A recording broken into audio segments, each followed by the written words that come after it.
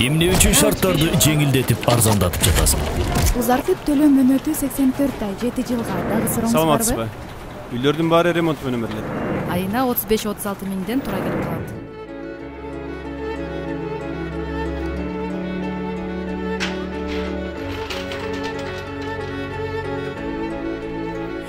Үйү жок батирден батирге көчүп жүргөн мекендештерибизди ойлой койсоң болбойбу?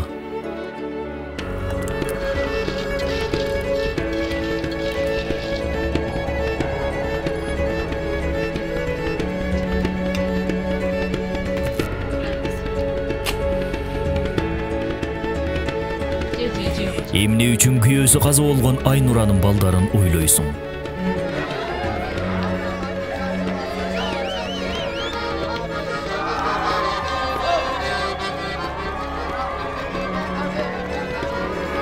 Марат менен Асел баш кошуп жатышат. Бул түбөйлөр эми үй алышы керек.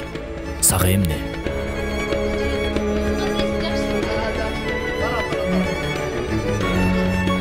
Үйлүү болуп калайын деп чет өлкөлөрдө иштеп жүргөн боордоштордун сага эмне кереги бар? 11.240 кишини жеңил шарт менен үйлүү кылыптырсың. Эмне үчүн?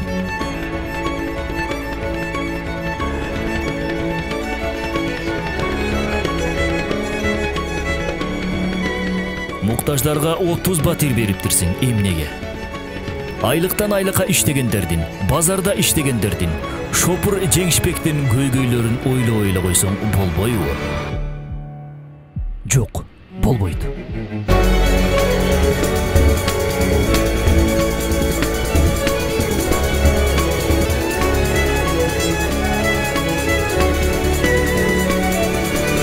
Себеби сен элибиздин кутусуң.